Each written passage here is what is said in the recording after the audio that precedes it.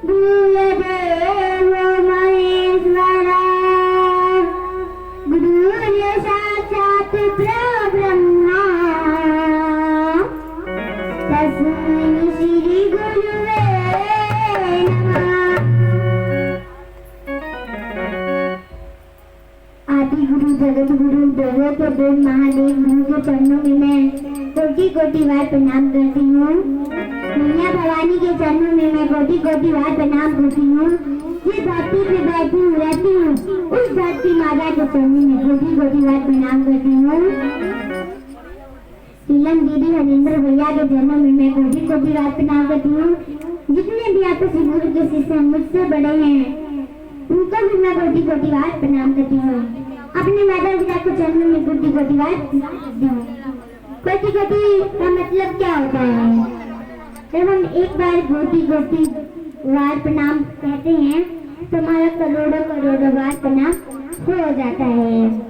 तो जिन लोगों को टाइम नहीं रहता है 108 बार करने के लिए उससे मैंने एक बार कोटि कोटि बार बोल दो करोड़ों करोड़ों बार मतलब सदा के लिए हो जाएगा।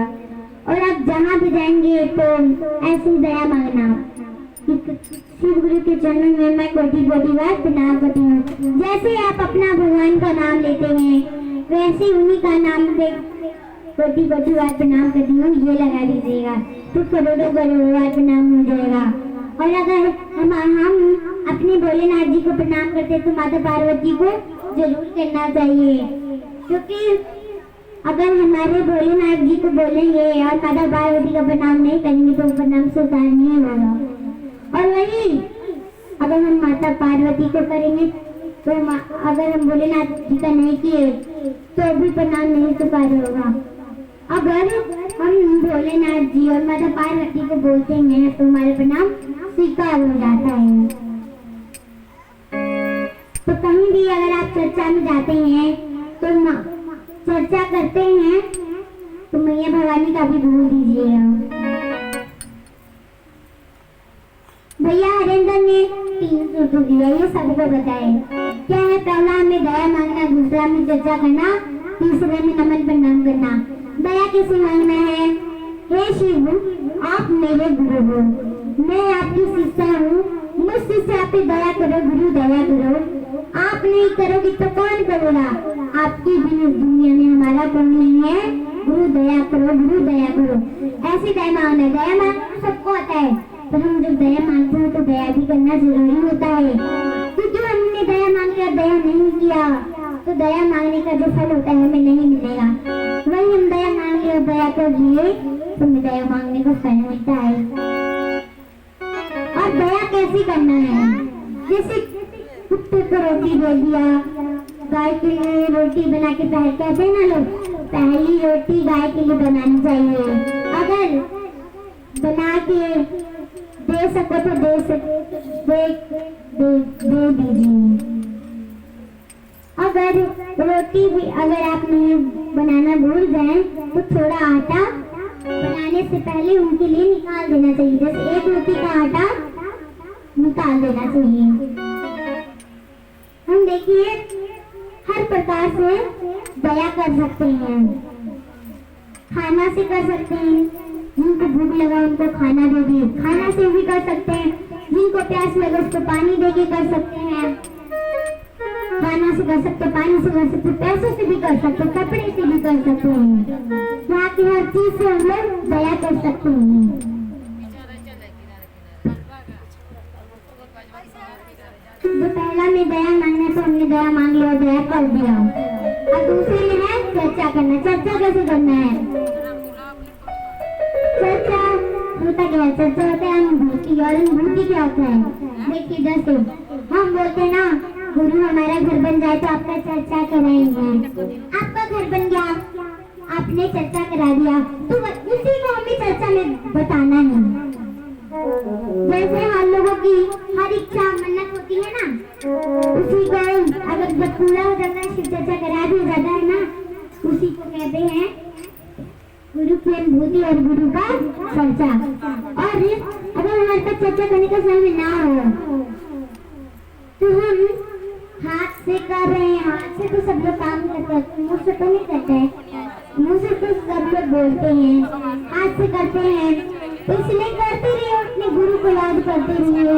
और अगर आप कहीं जा रही हो, आपके साथ कुछ आपके दोस्त यार हो, जैसे अगर कोई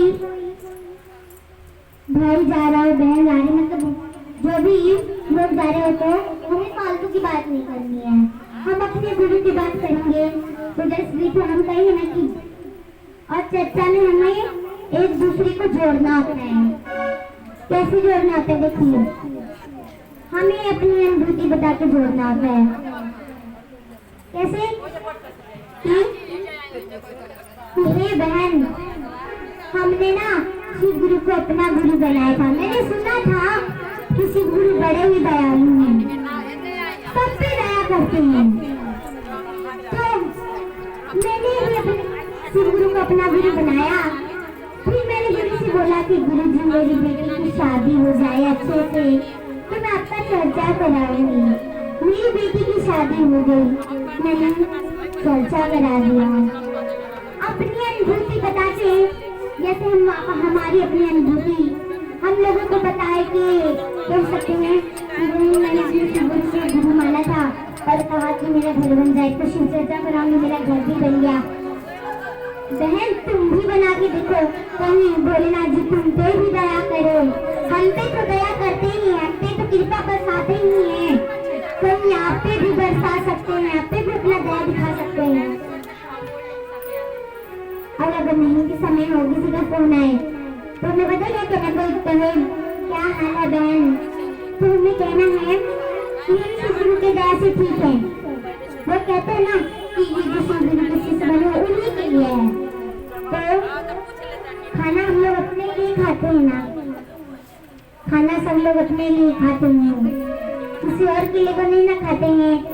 अपना पेट भरता है ना खाना खा के, इसीलिए हम गुरु को अपना गुरु बनाए और फालतू की क्यों बात करें, गुरु की बातें करें।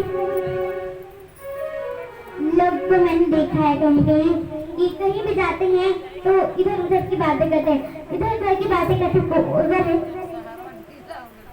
यहाँ पे हम जा रहे हैं और यहाँ से आपके पड़ोसी जा रहे हैं, तो आप उनकी थोड़ी बुराई करेंगे तो वही सोचेंगे, वो तो आपको 10 गाली सुनाएंगी और कहेंगी हमारे बारे में उल्टा बोलेगी, ऐसा सब लोग कहेंगे। और वही हम गुरु का नाम लेंगे तो हमारे गुरु जी देखते हैं, गुरु जी कुत्ते को भी देखते हैं, चींटी को भी देखते हैं, हाथी को भी देखते हैं, हम लोगों को भी देखते हैं।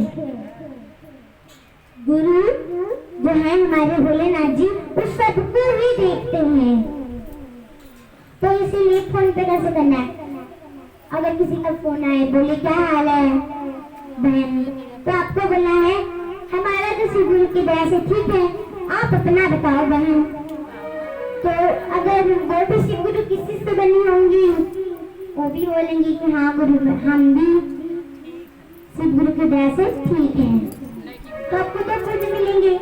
आपने मुझसे बोला तो भी एक आपको पुण्य मिला, दूसरा पुण्य आपके माध्यम किसी और ने बोला, क्योंकि आपका देखा देखी किसी और ने बोला। तो ये जो शिव गुरु के शिष्य बने उन्हीं के लिए नहीं है, ये सबके लिए, सब लोग बोल सकते हैं। लोग कहते हैं ना कि जो शिव गुरु की है वही बोलेंगे। नहीं बहन, हम भी बोल सकते हो, तुम भी बोल सकते हो, तुम नहीं भी बोलोगे तुम भी बोल सकते हो। देखिए भगवान, सब लोग कहते हैं जात भात में भेद करते हैं, हमारे भोलेनाथ जी कहते हैं नहीं, हमारे भोलेनाथ जी कहते हैं कि ये हमारी अपना बुरी नहीं मानता है, हम उस पर नहीं देखेंगे, हम इनको नहीं देखेंगे, छोड़ देते हैं। भोलेनाथ जी कभी ऐसा सोचते भी नहीं है, क्योंकि वो तो पिता है, हम सब बच्चे हैं। हम गलती करते हैं वो भी गुरु देखते हैं, हम अच्छा भी करते हैं वो भी गुरु देखते हैं, हम दया करते हैं वो भी गुरु देखते हैं, और हम किसी को मारते हैं वो भी गुरु देखते हैं, सब कुछ गुरु देखते हैं।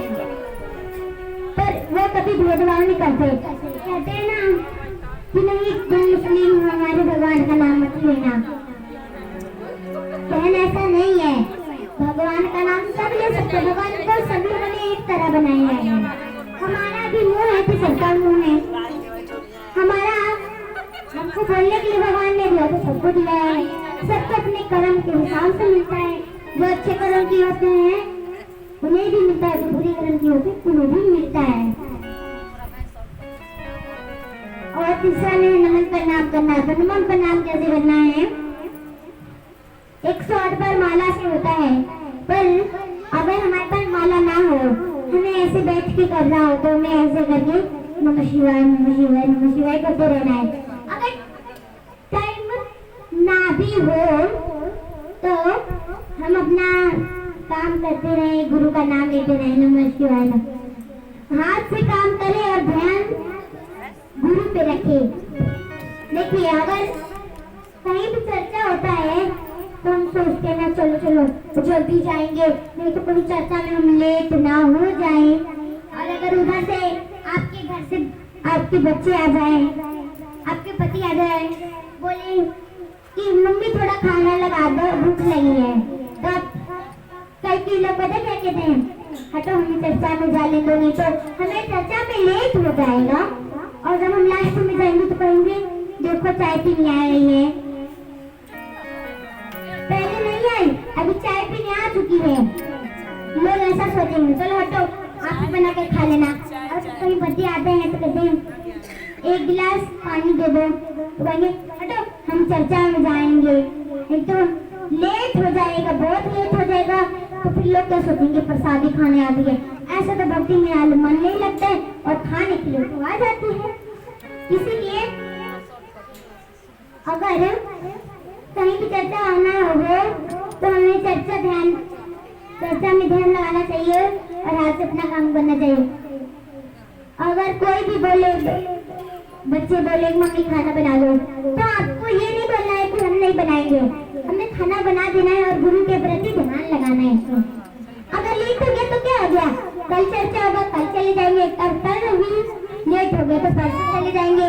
और अगर टाइम ही ना मिले तो हम गुरु को तो ध्यान कर रहे ना, गुरु तो सब देखते हैं। तो इतने कह के मैं अपनी चर्चा को गुरु के चरणों में समाप्त करती हूँ। पार्वती की जय।